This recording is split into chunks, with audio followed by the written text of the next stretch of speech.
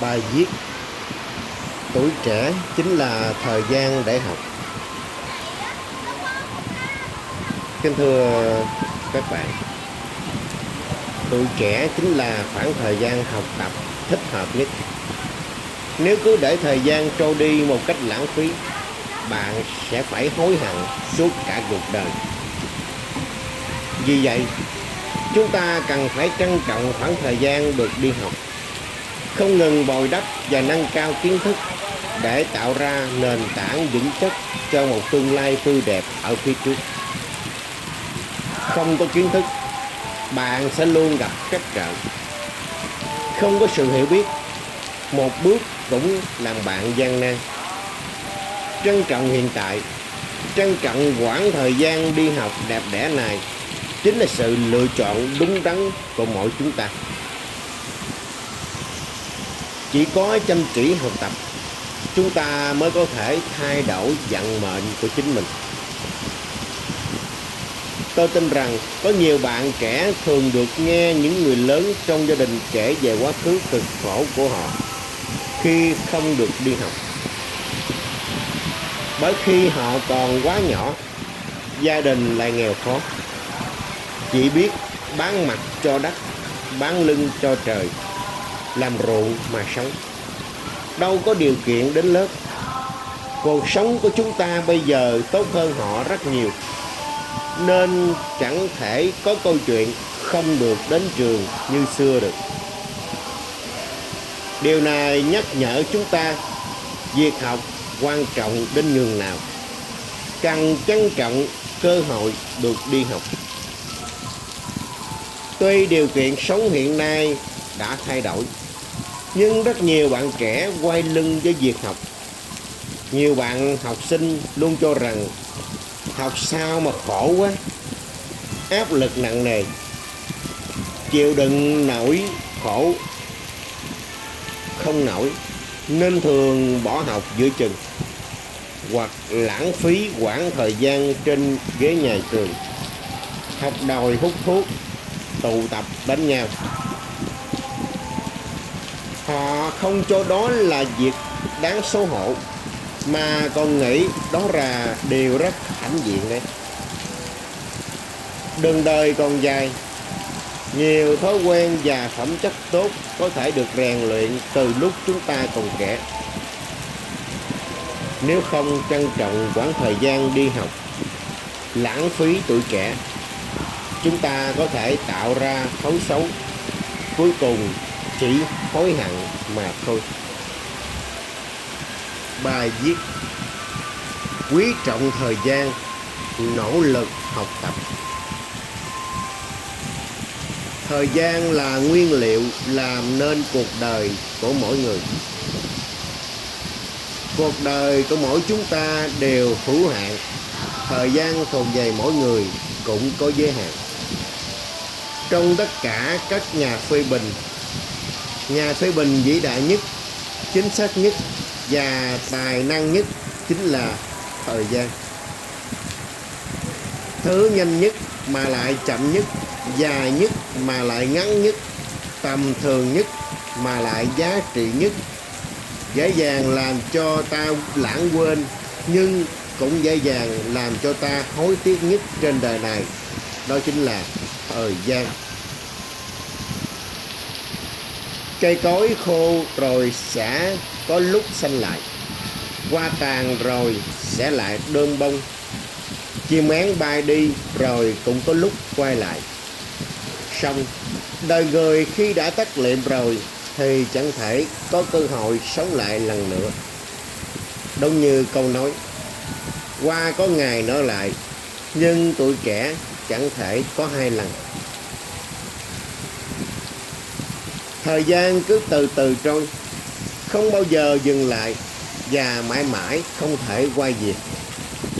Vì thế, khi còn trẻ, nếu biết tạo cho mình thói quen quý trọng thời gian, thì điều đó sẽ có sức ảnh hưởng to lớn đối với cuộc đời của mỗi con người.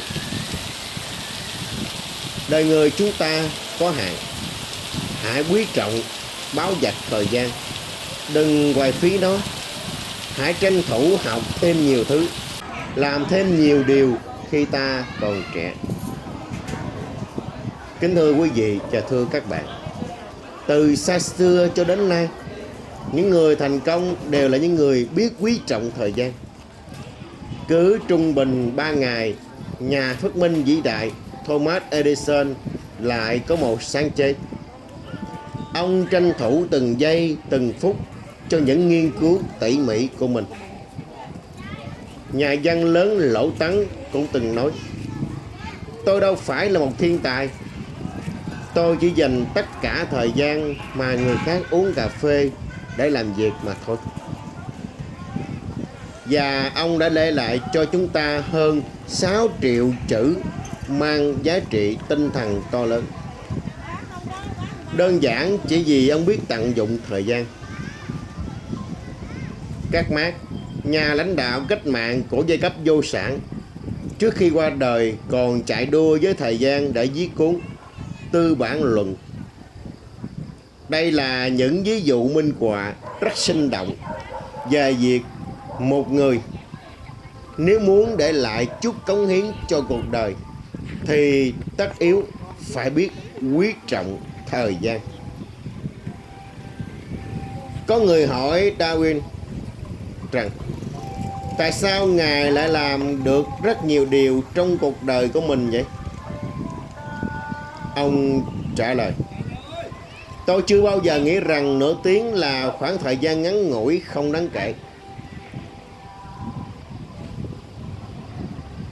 Những câu danh ngôn ở trên, những tấm gương ở trên chẳng phải đã dạy cho chúng ta thấy một điều: tất cả những người có thành tựu, có tên tuổi, không ai đạt được thành công mà không biết quý trọng thời gian. Hãy sử dụng thời gian tuổi trẻ một cách tuyệt vời. Tuy nhiên, trong chúng ta vẫn còn một số ít không biết quý trọng thời gian, sống vô tích sự cho qua ngày. Việc của hôm nay để tới ngày mai, sống hoài phí mà không có cảm giác hối tiếc, cũng không cảm thấy xấu hổ vì sự tầm thường của mình. Nhiều người ban ngày rong chơi, đêm về lại làm việc thâu đêm suốt sáng. Chưa nói đến việc không quý trọng thời gian. Làm như vậy còn hại sức khỏe nữa. Quý trọng thời gian không nên chỉ là khẩu hiệu, mà cần phải thực hiện bằng hành động thiết thực.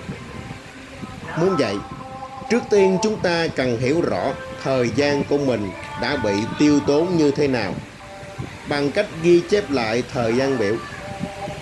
Sau khi thực hiện xong một việc gì đó, hãy lập tức ghi lại thời gian đã sử dụng. Mỗi ngày tổng kết một lần. Cứ thực hiện liên tục cho cả một tuần, rồi 2 tuần hoặc 1 tháng.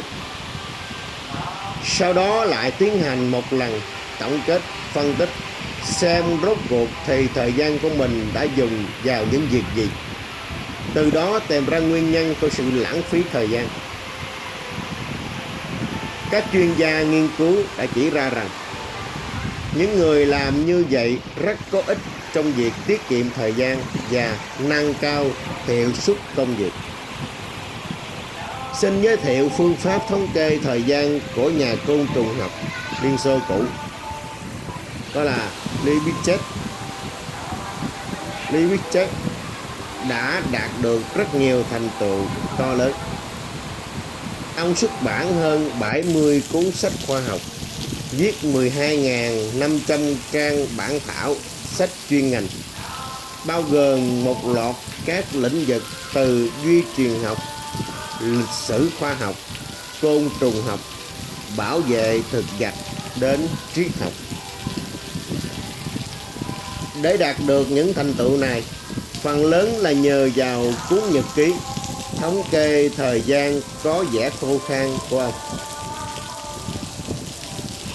Một ngày của Lipschitz bao gồm nghỉ ngơi, đọc báo, viết thư, xem phim, đi bộ. Bỏ ra bao nhiêu thời gian ông đều ghi chép rõ ràng. Đến việc con cái hỏi chuyện, ông giảng giải vấn đề đều được viết lên giấy, ghi lại khoảng thời gian đã tiêu tốn.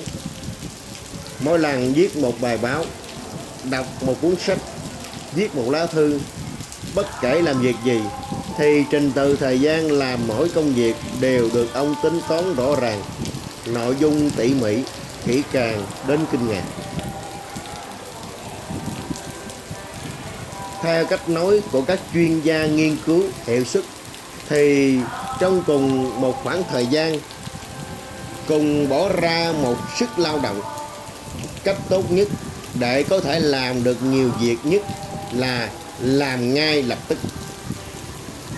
Tức là một khi đã quyết định những việc mà bản thân cần làm, bất kể nó là gì, thì đều bắt tay làm ngay lập tức.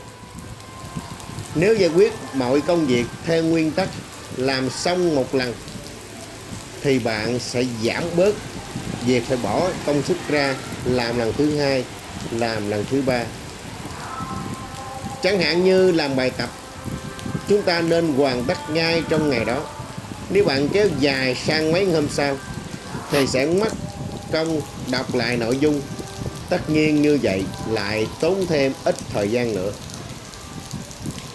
Tuy nhiên một số người lại có tác phong lề mề, vốn dĩ có thể dễ dàng giải quyết công việc nhưng vẫn kéo dài tới mấy ngày, thậm chí vài tuần mà vẫn chưa làm xong được. Việc vốn có thể làm được xong trong vài ngày, vậy mà cả tháng vẫn chưa hoàn thành. Điều này dẫn đến hiệu quả học tập thấp. Họ đâu có biết rằng những việc bị trì hoãn lại thì sớm muộn gì cũng phải làm. Hơn nữa, còn phải tiêu tốn rất nhiều sức lực và thời gian để hoàn thành nó.